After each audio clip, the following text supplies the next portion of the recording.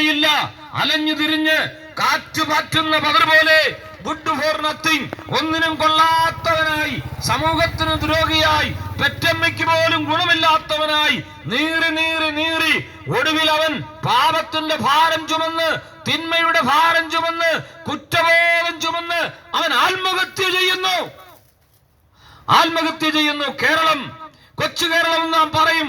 പക്ഷേ 85 ആളുകൾ ഈ കേരളത്തിൽ ആത്മഹത്യ ചെയ്യുന്നു.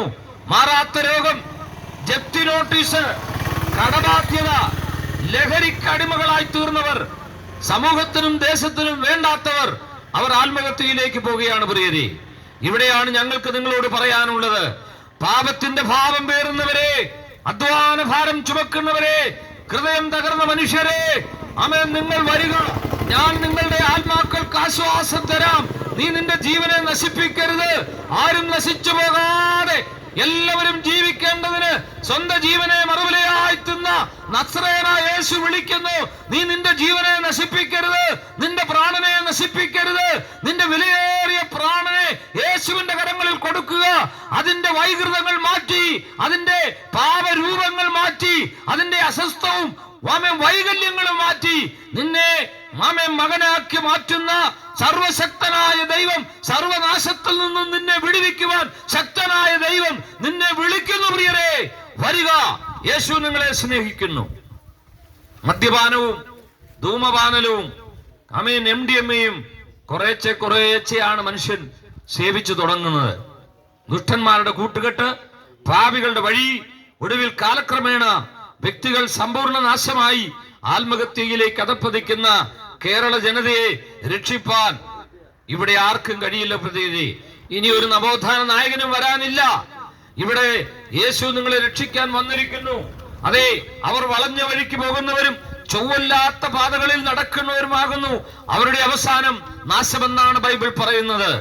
അരുതാത്ത വഴികൾ, വളഞ്ഞ വഴികൾ, ഉഡായിപ്പിന്റെ വഴികൾ, ബാങ്കിന്റെ മോഷണം, പണം മോഷണം, വീട് മോഷണം, പകൽ കുറുവാ സംഘം, രാത്രി കുറുവാ സംഘം, അവർ ഒടുവിൽ സ്വന്തമായി നാശത്തിലേക്ക് എത്തുന്നു. ഒരു തൃശൂർ ജില്ലയിൽ ഒരു ബാങ്ക് കൊണ്ടുവന്ന് മോഷ്ടിച്ചതിലെ ATM എല്ലാം, പണമെല്ലാം അടിച്ചു മാറ്റി വെള്ളക്കാറിൽ കയറ്റി, വെള്ളക്കാർ പിന്നെ ട്രക്കിൽ കയറ്റി. ഞാൻ ഈ പറയുന്ന സംഭവങ്ങൾ പാകിസ്ഥാനിലോ ബംഗ്ലാദേശിലോ അല്ല, നമ്മുടെ തൃശൂർ ജില്ലയിൽ ബാങ്കുകൾ പട്ടാപ്പകൽ അടിച്ചു മാറ്റുന്ന, ATM ഓട്ടിക്കുന്ന, സ്വത്രം ഉന്നത വിദ്യാഭ്യാസമുള്ള കുറുവാ സംഘങ്ങൾ, കള്ള സംഘങ്ങൾ നാട് മുടിക്കുന്നു. പഠനമുണ്ട്, വിദ്യാഭ്യാസമുണ്ട്, ടെക്നോളജി ഉണ്ട്. പക്ഷേ അത് നാശത്തിന് മാത്രം ഉപകരിക്കുമ്പോൾ ദോഷത്തിന് തന്റെ വഴികളെ, പാപിക്ക് തന്റെ വഴികളെ ചൊവ്വായി തോന്നും. പക്ഷേ അതിന്റെ അവസാനം മരണവഴികളെന്ന് ബൈബിൾ പറയുന്നു. ഇന്ന് പകൽ ബുദ്ധി ഉള്ളതുകൊണ്ടും സൗന്ദര്യമുള്ളത് കൊണ്ടും യാതൊരു പ്രയോജനമില്ല. ഗ്രീഷ്മയ്ക്ക് ബുദ്ധിയും പഠനവും ഉണ്ട്, സൈനയുടെ ജോലി, ബുദ്ധിയുണ്ട്, സൗന്ദര്യമുണ്ട്, പഠനമുണ്ട്. 6 ജീവിതങ്ങളെ തന്റെ കാമപൂർത്തീകരണത്തിന് വേണ്ടി തന്റെ കുറുക്ക് വഴിയിലൂടെ സ്വത്തടിച്ചു മാറ്റാൻ, നാളെ ഒരു രാജകുമാരിയെ പോലെ ജീവിക്കാൻ 5 കൊല്ലം കൊണ്ടൊരു കുഞ്ഞിനെ ഉൾപ്പെടെ 6 പേരെ യമപുരിക്കയച്ച ജോളി. അതെ, അട്ടപ്പാടിയിലെ കൊടുമ്പളവിൽ ഹണി ട്രാപ്പിൽ പെടുത്തി ഹോട്ടൽ ഉടമയെ 8 കഷ്ണങ്ങളായി മുറിച്ച് വനത്തിൽ തള്ളിയതും സ്ത്രീയാണ്. ഇവിടെ സ്ത്രീകൾ പോലും തിന്മയ്ക്ക് വേണ്ടി മുന്നിട്ടിറങ്ങുമ്പോൾ, അതേ, പണത്തിനു വേണ്ടി എന്തുമേതും ചെയ്യുവാൻ ആളുകൾ ധൈര്യപ്പെടുമ്പോൾ, ആ മനുഷ്യന്റെ സദ്ബുദ്ധിയെ ത്യജിച്ച് ദ്രോഹിയുടെ വഴി ദുർഘടവും, ഒടുവിൽ അവൻ കെണിയിൽ അകപ്പെടും. എലിപ്പെട്ടിയിൽ എലി അകപ്പെടുന്നത് പോലെ തിന്മ ചെയ്യുന്നവൻ ഇന്നല്ലേ നാളെ, അതെ അതെ പ്രിയരെ, ഏത് മിടുക്കനും അകപ്പെടുമെന്നുള്ള വസ്തുത ദൈവകരങ്ങളിൽ അവൻ പെടും.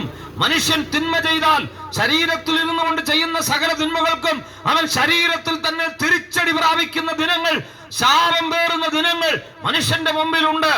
അവൻ ശരീരത്തിൽ ചെയ്തത് ഇവിടെ വെച്ച് തന്നെ അയ്യം വിളിച്ചു തീരാതെ ഒരു മനുഷ്യനും ഈ ശരീരം വിട്ടു പോകയില്ലെന്നുള്ളത് വസ്തുതയാണ്.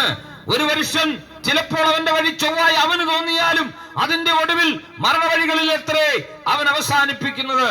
മീറ്റു എന്ന് പറഞ്ഞ പെണ്ണുകേസ്, ഹേമ കമ്മിറ്റി ഇവിടെ വന്നപ്പോഴാണ് പ്രിയരെ മാന്യന്മാർ മുഴുവനും പെണ്ണുകേശി പ്രതികളാണെന്ന് നമ്മൾ അറിഞ്ഞത് ഹേമ കമ്മിറ്റി വന്നപ്പോഴാണ്. ഇലന്തൂർ നരബലി